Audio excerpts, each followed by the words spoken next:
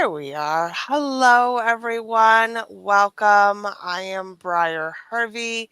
This is the Neurodiversity Media Network, and we are here today for apparently not on Facebook, y'all, but it's fine.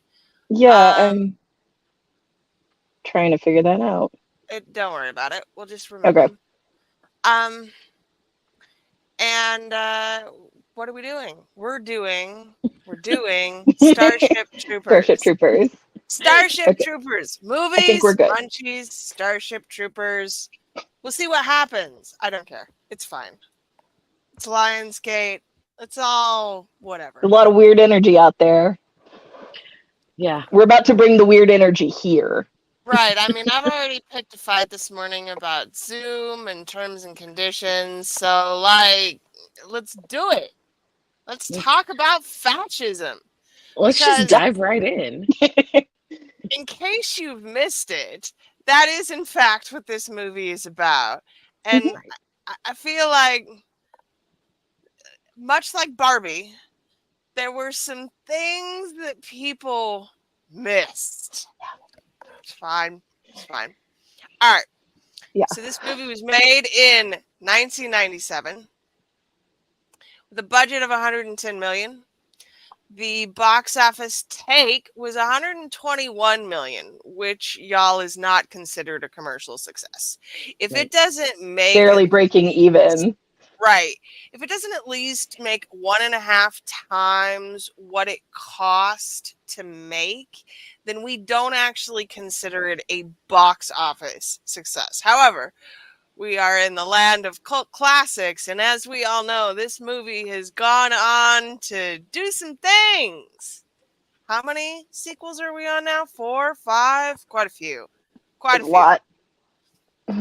Shockingly, even though it did not do that well at the time, the Rotten Tomato meter score is in fact 70%. So the critics got it, at least. They understood it. They got where they were coming from. They got it. It was nominated for several Golden Satellite Awards and the Stinkers Award, which sadly it lost to Batman. To Batman's nipples. It lost to Batman's nipples. Batman and Robin. Not just any Batman, let's be clear. Batman and Robin. With the nipples. The nipples. You're right. Nipples. It's totally the nipples. You can stream this film on Netflix. Right. All right. We will not talk about the cast generally, except to say that Casper Van Dien was, I believe, in his late 20s, playing a high schooler here. Neil Patrick Harris. Patrick Muldoon, also in his late 20s, playing a high schooler here. Neil Patrick Harris was mid-20s, but he at least looked like he's a high baby schooler. face. Right. He looked very young here, comparatively speaking. Yeah. But I was really... It was such a... I mean, the casting was whatever. It's one of the most egregious, one of the most egregious, just let's pretend they're high schoolers I've seen in a while. Really long we're all just nodding and rolling our eyes here. That these are 18-year-olds off to boot camp. Yeah. It's fine. Right. Yeah. This week, I did give, speaking of AI, I did give the question of this movie to the particular ChatGPT thread that I have trained to write like me. So it did slightly better this week. Exciting. Starship Troopers, 1997, is a satirical science fiction action film directed by Paul Verhoeven. Set in the distant future, the story follows a group of high school friends who enlist in the military to fight against a deadly alien species known as arachnids, threatening humanity.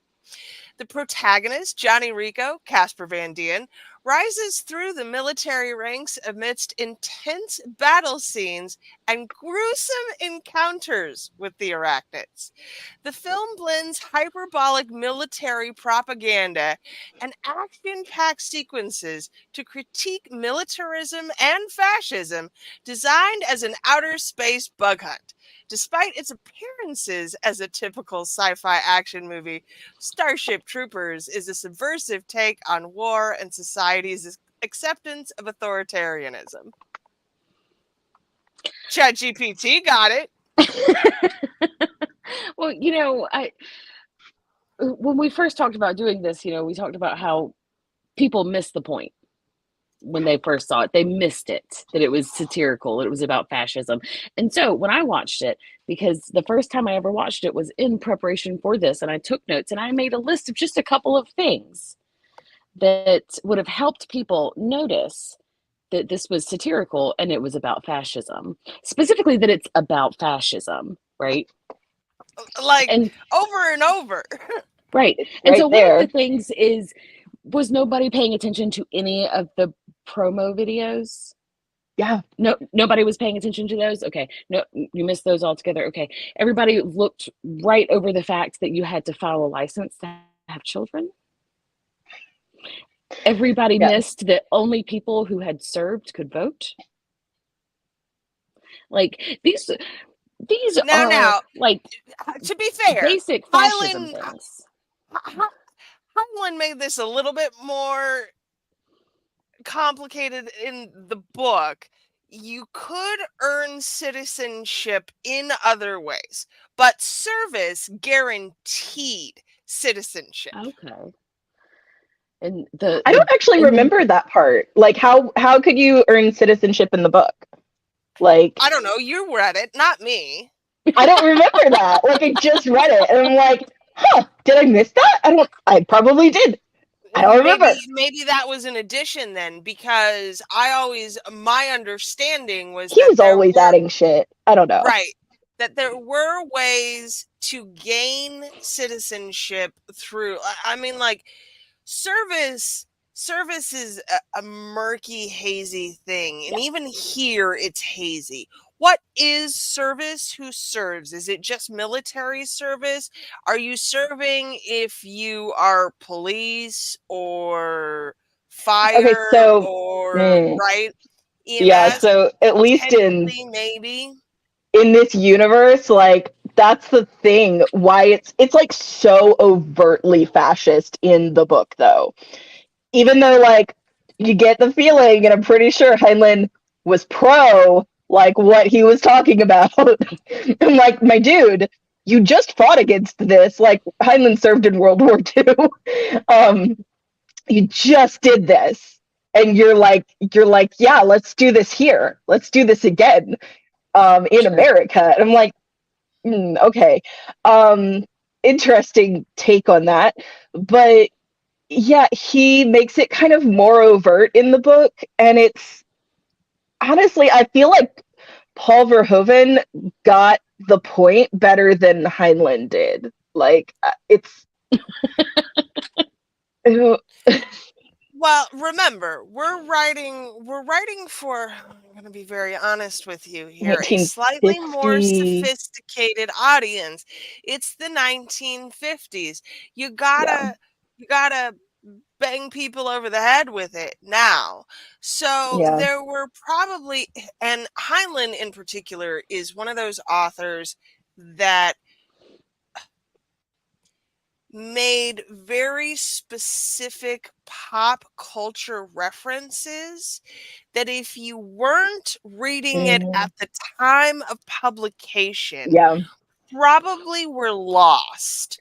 And so it may seem as though this was advocating for it. I'm 100% sure he was not actually advocating for these things. But we're writing it that way so that we're clear on context.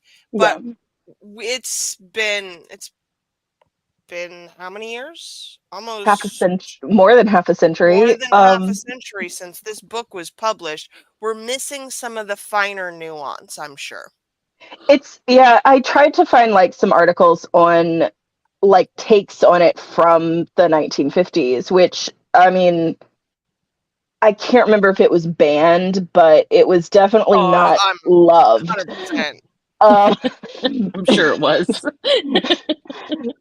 I mean, I love Heinlein. I have a weird just love for him. I read him way too early, and he was my favorite author when I was a kid, which says a lot about me. Explains some things. Right?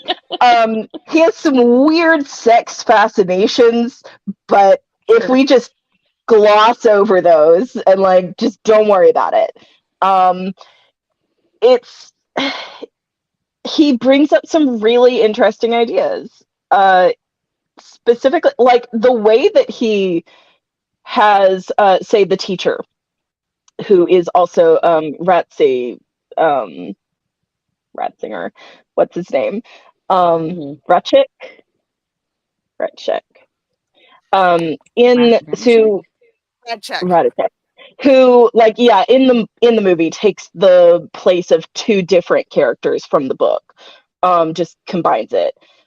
But the way that he like soliloquies about civic responsibility and all of that stuff, like even knowing that like I don't agree with a lot of the things that he's saying, I'm almost like, yeah, I mean yeah, like he just has a way with words that you're just like you want to agree with him even though like no, I don't agree with this. Now, there's some evidence. You can read it and decide either way. Heinlein was probably pretty anti-Semitic. Yeah. But not a fascist. So He was definitely problematic. Right. As pretty much everyone from that era was. Right. And this is something I talk about a lot. When we look at things that are cultural legacies, we really have to view them from the history of the time. And if you watched Oppenheimer, you'll know that we were still pretty anti-Semitic as a country here in the United States well into the 60s. Like this is not new or even really culturally unacceptable. And let's be very honest that we didn't get into World War II because of what the Nazis were doing to the Jews. No. That's not why we entered the war. Right. So, the fact that Heinlein fought doesn't negate any personal sentiment that he might have had. Yeah. Nevertheless, this story really is very much about what we are willing to sacrifice in the name of the greater good. And I think the question needs to be asked, what is the greater good? I don't know. I don't have an answer for that. And that's a thing that, no two random people are going to agree on. Yeah. The greater good is completely ambiguous depending on who you're speaking to, their personal values, their personal experiences. It's going to be different. Like, I don't know how, I mean, that's kind of what strife, like human conflict is always about, isn't it? Like, ultimately, is we can't agree on what's the most important. Right. And so then we can't agree on anything. No, so it becomes about how do we have a conversation about those things? What allows us to determine or dictate those mores, right? And this movie, which they missed the point on, is very much about having a conversation about those things from a very masculine point of view, because as my husband points out, you don't just randomly throw boobs in there if you don't want men to go and watch the movie. Right. And the shower scene Right. is so unnecessary in terms of plot or movement or anything, Right. that we only have those boobs to get men in the theater. It's a butts Right. in seats technique, right? Yes. Here's some boobs. Please come to the theater. We Yep. have brought you boobs. We've brought you boobs and lots of guns. You get And to watch. lots of guns. Although for some reason, for a civilization that's been fighting these bugs for essentially forever, they don't have a gun that can kill a bug without pumping fewer than 100 rounds into it. That's a really excellent point. And I think this comes to Heinlein, yeah? Because the time Good. this book I was want an written, answer. yeah, I'll let you. Give me just a second, because the time this book was written was prior to the space race, and the tech is indicative of high space travel, but we're still using projectile weapons. Yeah. Also, okay, so one of my and my spouse's pet peeves about this, because we both read it when we were pretty young, and so like it kind of like those ideas kind of stick in your brain. And one of the coolest ideas in the book is the pods that the people get, the soldiers get projected, like basically like they're in an egg. They're in an egg, and they are in a full mech bodysuit. Like they like you've seen the videos from the robotics on YouTube and stuff, like where they are designing, mech suits so that you can lift way heavier than a person could lift, or go fast at some point. I mean, we're working on it, right? So take that to its ultimate conclusion of it works, it's amazing, it protects you, like, but like once it runs out of juice, once it runs out of power, you are not going anywhere. You will literally die in this thing because it's so heavy that you can't get out. Like, so you're in a mech suit, and then you're inside of an egg, and you're basically being shunted out of the spaceship onto like the sort of upper atmosphere of the planet. And like the egg sort of floats you down a little bit, and once it hits atmosphere, it starts breaking apart, and your suit has like jets in it so that you can kind of slow your descent. And it's sort of like Rocketeer-esque. And you're we just did not have the money for this. The budget was 110 million. We did not have the budget for this. But it would be so cool, and it makes so much more sense. Okay, like these suits that they have, they're like, no, like, don't just shoot at it. Like, that's useless. Like, don't do that. You're wasting bullets. They dropped bombs, like, from the air. They would hover above the ground and like use those jets to kind of like careen off of buildings and stuff, and just bomb things, like little bombs. I'm definitely hearing the book is better. Read the book. There's tech in here. I mean, that's always the case, but definitely read this book. But I think the bullets then are representative of that force and power that we're attempting to display here. It has nothing to do with bullets.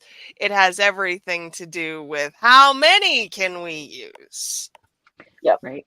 I will say though, in regards to the book, one review from the time basically said I think Heinlein forgot to write like a plot. He got so, which he often does. He gets So that's reassuring. Like, he gets so like maybe this is why I latched onto him when I was a kid, because an undiagnosed autistic kid, because he loves details. He loves giving you all of the details. He's like, and this is how this part of the military works, and this is how this gun works. I'm going to give you all the details of it. And I'd like just so many details of so many things. Like, and zero plot. Zero plot. Okay, so it's sandwich. There's like a chapter of plot at the beginning to hook you, and then we go through all of basic, all of like officer school, and then we're back at plot, and then it's done. Like, that's it. Yeah. Okay. So, I mean, and I was like, watching this movie, and I'm thinking, how in the world did all of these high school students become high-ranking officers? People in die like a lot. About 2 years? Because, Yeah. people... Like, And NPH's character, like, right off the bat, he is a high-ranking officer. He has no, like, did he even go through training? All we know is he graduated, and then suddenly he was an officer, and games psychic. in theory, so you get to go and play some games and do some theory, and then suddenly everybody salutes you. That's how that one works. They do mention a lot in the book of just how fast people die once the war starts back up. So that's another thing that, and I blame Highland.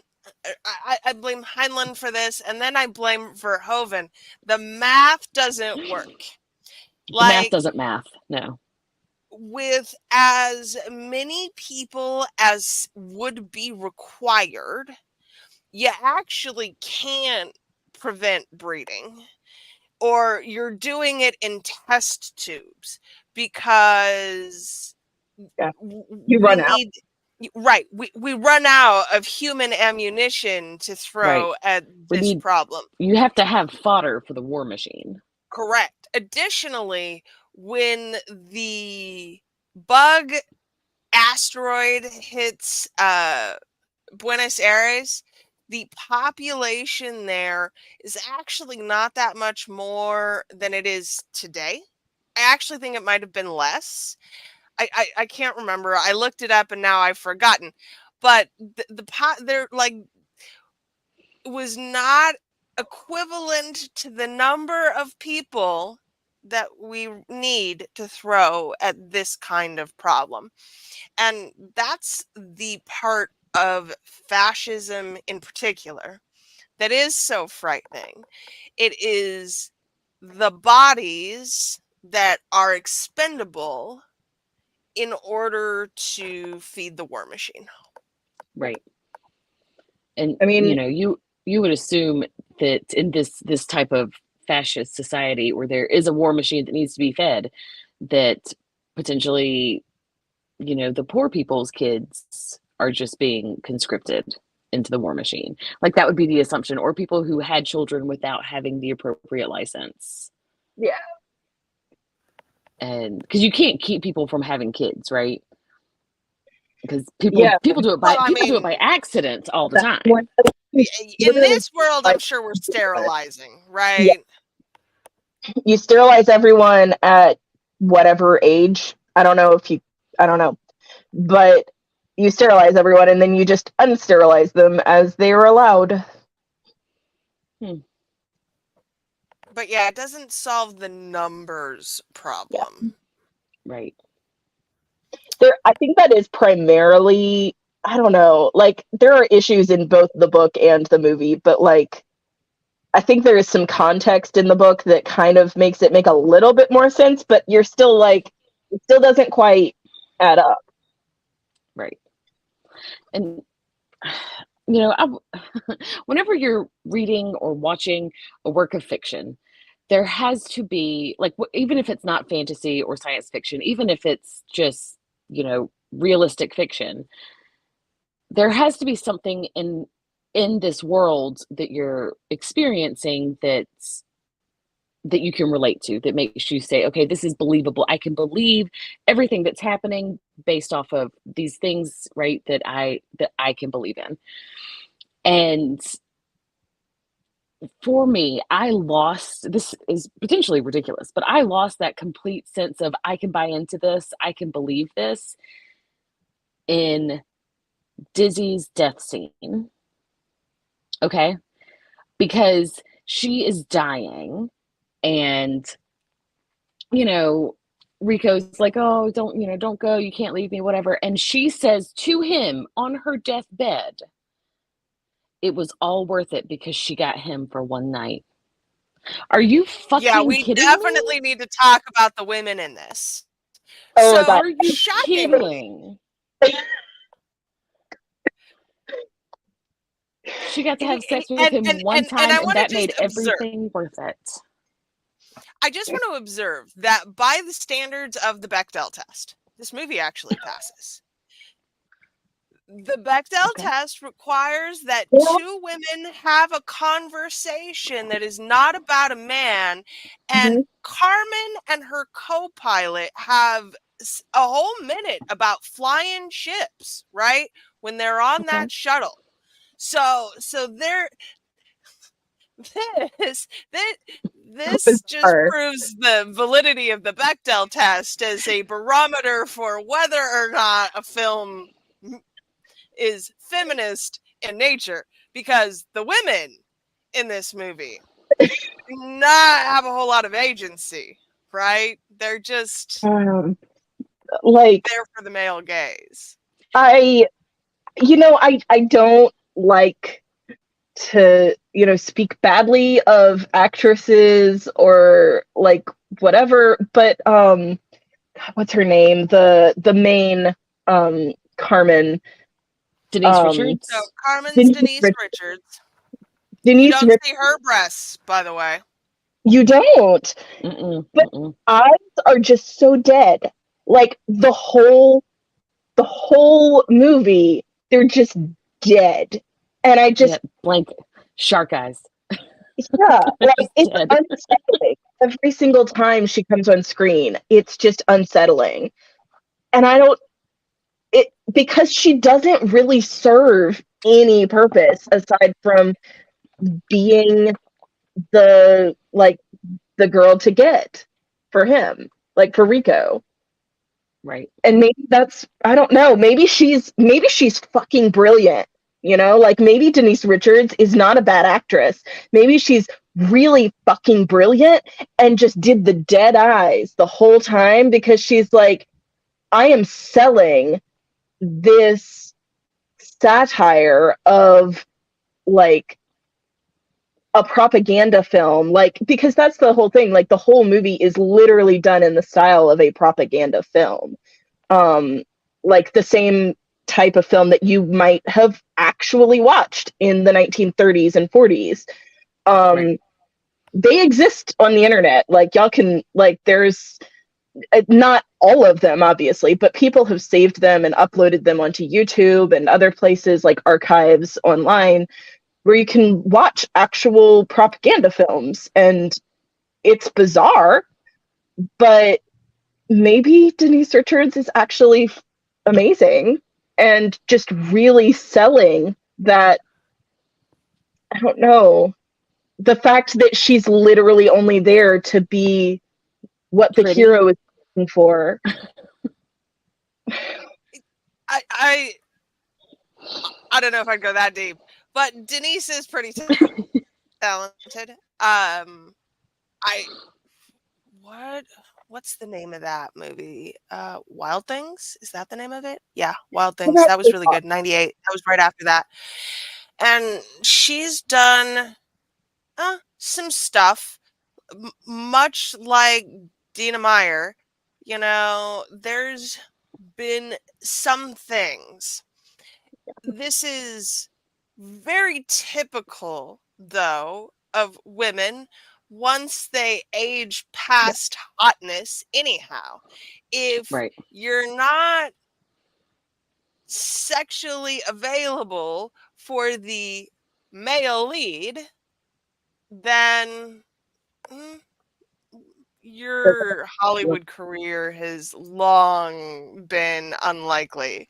And we have a few until you're like in your 50s, at which point you can play 70. Right. Right. You can be a Golden Girl. Yeah. Right. Mm-hmm. And then you can be a villain. You can be Glenn Close, right?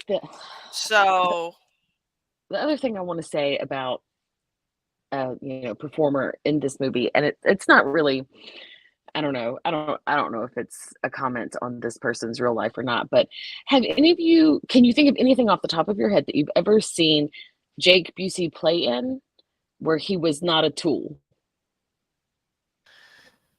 Oh, yeah, I'm refraining from no, you can't. You can't. It's and like everything I've seen him in.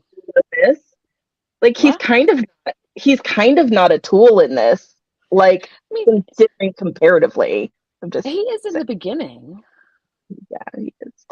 But like by the end, you're like, you're kind of a decent person, maybe. I don't know. Honestly, I think Ace's character had the most like character growth of any of the other characters in the movie. Like he actually had growth as a character. He went from being just a joke and a tool to actually being a decent, character that was good at, fighting, hitting things, leading, whatever. But nobody else really had much character development, much character growth. They were just, or not more than you would expect them to have. I mean, unless you consider a promotion character growth. Sure. And in what world, right? In what military world do you get your promotion because your commanding officer dies and says, now you get to lead? Like, that's not how it happens. Well, actually, field commissions happen I was gonna say, a lot. Yeah, I mean, because it is in the middle of like I will say, like, I think Heinlein is absolutely writing from the perspective of like recent past. Like he's like, this is what happened to me, like in the field, in the middle of the trenches, or like storming Normandy or whatever, wherever the fuck he was. And I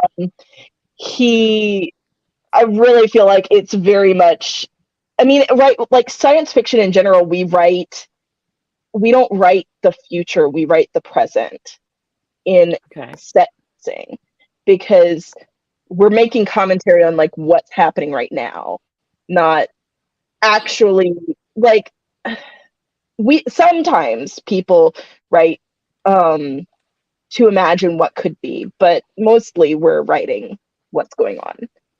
I agree. And I think the argument that he was making here was that the good guys weren't any better than the bad guys, right? That the tactics that we use to defeat the bugs here are analogous to many of the tactics that were used by the United States military, and that the bugs and the Germans are bad, but how bad, right? Right. So I agree, Melissa. I think the argument here is that these are the things that we were doing and will continue to do. Fascism is easily adoptable. Mm-hmm. You don't realize you've gone that far until you're past it. I think is the line that we're making here. That's the through line, that we're already there, and it's harder to walk back than anyone knows. Right. And yet we keep not learning from history. Like, just keep on doing it. Well, it's hard to learn from history when it can't be taught. Yep. Also, like, I mean, like, going back to the the sort of anti-Semitic and also like just Heinlein's general issues. And honestly, I kind of feel like this is better that it's in the book because it's more overt. But the fact that they refer to the aliens as the bugs or there are like several. So in the book there's another alien race because there are many alien races in the books, and the skinnies are what they call the other ones. And just like think about that wording, right? Like think about the wording there and how racist it is in that world. Like that's really pretty racist because we're just referring to them as this, like it's an epithet, like that we're talking about these other races of. Right. No need to dehumanize an insect because it's already Right. not human. So the steps that we take to destroy it are well within norms, convention, because they're already not like us. Yeah. Right.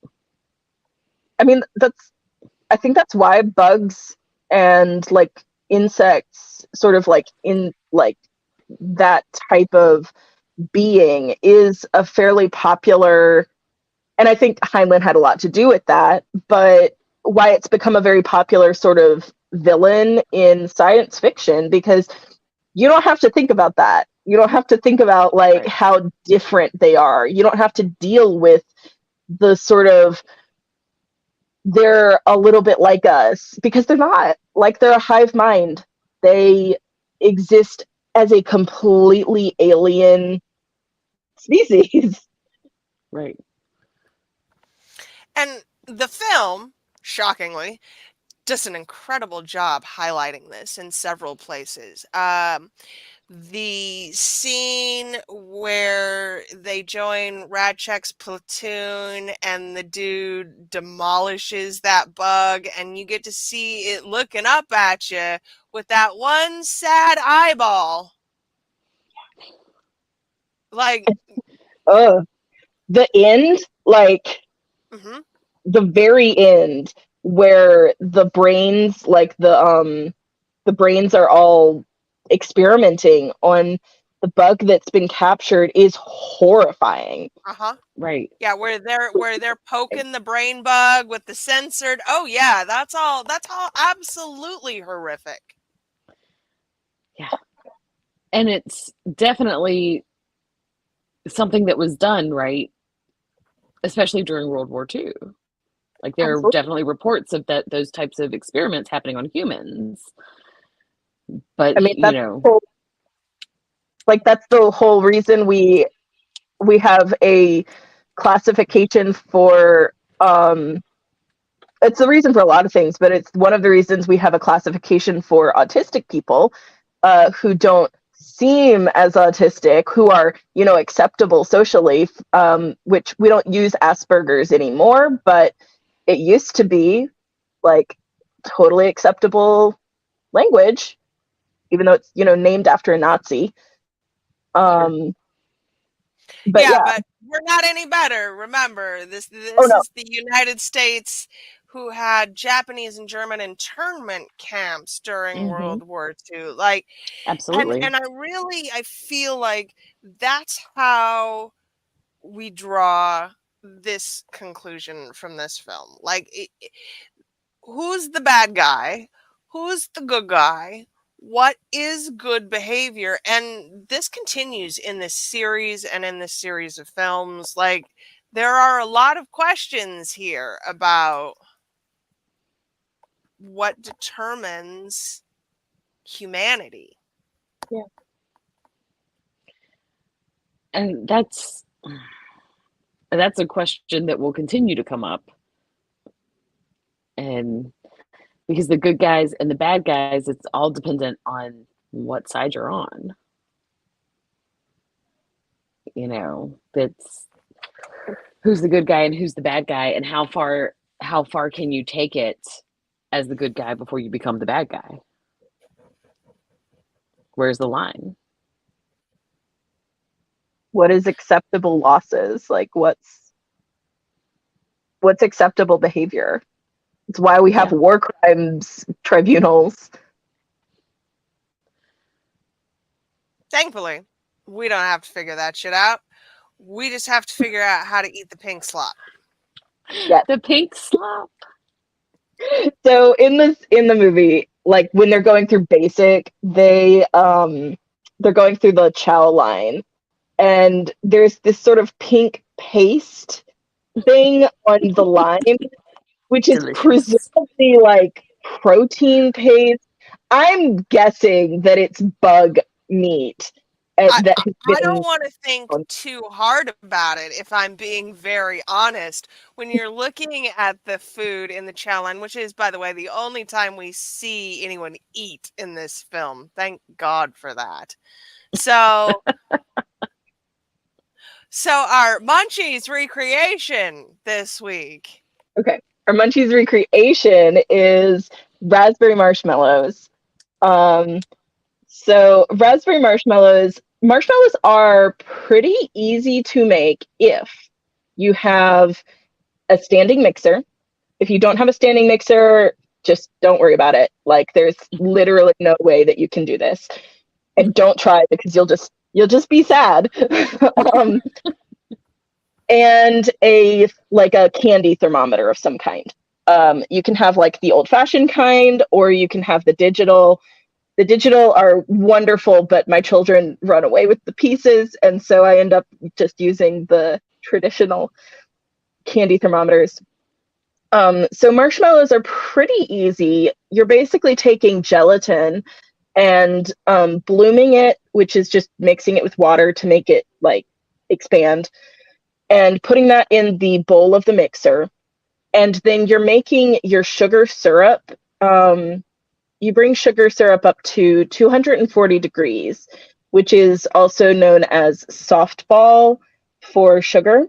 It's a softball temperature, which if you have, the reason it's called softball is because if you keep like a little bowl of ice water next to your pot, you can take a spoon of the sugar, dip the drip into the ice water, and when it comes out, it will form like this little putty sort of feeling ball. It's malleable still. Its sugar gets to that stage before it very quickly. You have to watch when you're doing sugar things at all, because that sugar, once it starts to get to the softball stage, it will very quickly go up and up and up, temperature-wise. Like to it takes hardball stage, and then to caramel, which is where we make hard candy. So yeah. So you're taking it to softball stage, and then you are turning on the mixer with the gelatin in it, turning on the mixer to like medium high, and pouring the sugar into the side of the mixing bowl. Like you're basically like running it down the side of the mixing bowl so that it doesn't spray back on you. As the mixer is running. Cool, because the bowl is metal and you're pouring this hot sugar on a cold metal bowl. Exactly. Science, right. Man. It's food science, cool. Y'all. So you're pouring the sugar into the side of the mixing bowl, and as it's going, like once you get all of the sugar in there, you turn the mixing speed up more, and once, you just kind of let that go, and then eventually you end up with something that looks like marshmallow cream. It's kind of just magic. And it just whips that sugar and gelatin up into marshmallow cream. And then you can add your, like a little bit of salt and vanilla and raspberry preserves. And I have the proportions and everything in the recipe. And then once that's all mixed together, all incorporated, you can add food coloring if you want it to be violently pink, or you can just leave it as a very soft pale pink. because that's the Beets color. would probably work too. What? Some beet juice would Yeah, probably work here too. definitely. The juice I would be careful of. So if you have beet powder, you can use Oh, that. yep. Right. So because the raspberry preserves are already making this a softer marshmallow than like a normal marshmallow would be. It'll still hold up. It's just going to be any kind of heat is going to kind of melt this a little bit. But we're going to pour that all out into a pan that has been prepared with parchment paper and powdered sugar all over the parchment paper and as much up the sides of it as you can get. And then you pour the marshmallow into there, and then you dust the top with more powdered sugar. And then you kind of let that sit for 30 minutes or an hour to completely cool off. And then you turn it out onto a cutting board and use a shit ton of powdered sugar to cut those into pieces. That's all marshmallows are. They are sugar with more sugar with different kinds of sugar mixed in. Mm-hmm. Right. As cut, you just keep dredging it with more powdered sugar because that's the only way to stop the sticky. And as some of us are autistic around here, that sticky is a real fucking problem. I love homemade marshmallows. Like, I never thought that I liked marshmallows growing up, but homemade marshmallows are a completely different story. But it is definitely like a situation where I prepare myself that I'm going to make this, and then I'm going to clean everything really well. Because the sugar just kind of hangs around, and you have to like, it's sticky. It's sticky. But yeah, and then I made those into some s'mores, which my children didn't appreciate because they didn't appreciate like the raspberry-ness. They were like, I just want regular marshmallows. Can you just make regular marshmallows? Whatever. How very dare. Kids ruin everything. They're delightful, but everything. They just don't appreciate. But yeah. I've only had homemade marshmallows one time, and it was when you, Melissa, made them and you brought them to Starbucks one night, and they were fabulous. I think they were, maybe had you done peppermint or something? Yeah, it was right around Christmas, and you had done like peppermint, and I think you had meant for us to like take them home and put them in hot cocoa, and that did not happen. It didn't make it. I just eated that, but. Yeah, they were way better than a regular marshmallow. And so I would urge anybody to make their own homemade marshmallows from here on out. Never buy the store-bought stuff again, because everyone has time to make their own marshmallows every time they need them. Yep. Melissa, do you know the herbal roots of marshmallow and marshmallow root here? Nothing to do with these marshmallows. Absolutely. No, not these marshmallows. Absolutely not. I don't recall at the moment the usages for marshmallow, like for marshmallow root. I think it's good for the lungs. I think it's good for clearing up mucus. I could be wrong about those things. Yeah, I'm trying to. I should have asked this before we started recording it, but now I'm like, well, how did we get marshmallow? I don't know why. I don't know why we named it that. I don't. Right. I can't. It's been a minute since food history on that subject. It's all right. It's all right. But. Yeah, it is. You can look this up for the blog post. But it's known for its high mucilaginous. Mucilaginous, yeah. For mucus. So yeah. Oh, so I was right about that. Okay, awesome. But yeah, I have to. Like slippery elm. I don't know because they're stuck in my brain together. So that's don't ask. I can't remember the names of my children most of the time. You're not Or taking what I advice ate yesterday. from. But I can tell you apparently that marshmallow roots and slippery elm are great for mucus. That's what I know. Like, don't ask me. But disclaimer: don't take medical advice from the No, never take it. bullshitting podcast. No, no. Do not take any medical advice from us. That literally ever. God, no. Not under any circumstances.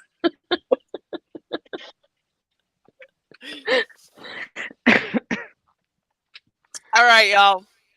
So this has been Starship Troopers. Yep. Do we know what we're talking about next time? There's a whole big long list here. I want to say, I personally want to say Birdemic. Okie doke. Well, perhaps we can get a guest cast in for Birdemic. It'll be very exciting. Very exciting. Birdemic. Keep inching closer and closer to the cult movies, and this one's just going to throw us over the edge. I'm very excited. Very excited. Very. All right, y'all. Thank you so much for being here today. We have been Movies and Munchies. This has been the Neurodiversity Media Network. We will be back next time, apparently, with Birdemic. And I don't know, y'all. We'll see you then for Birdemic. It's going to be amazing. It's going to be fantastic. I can't wait.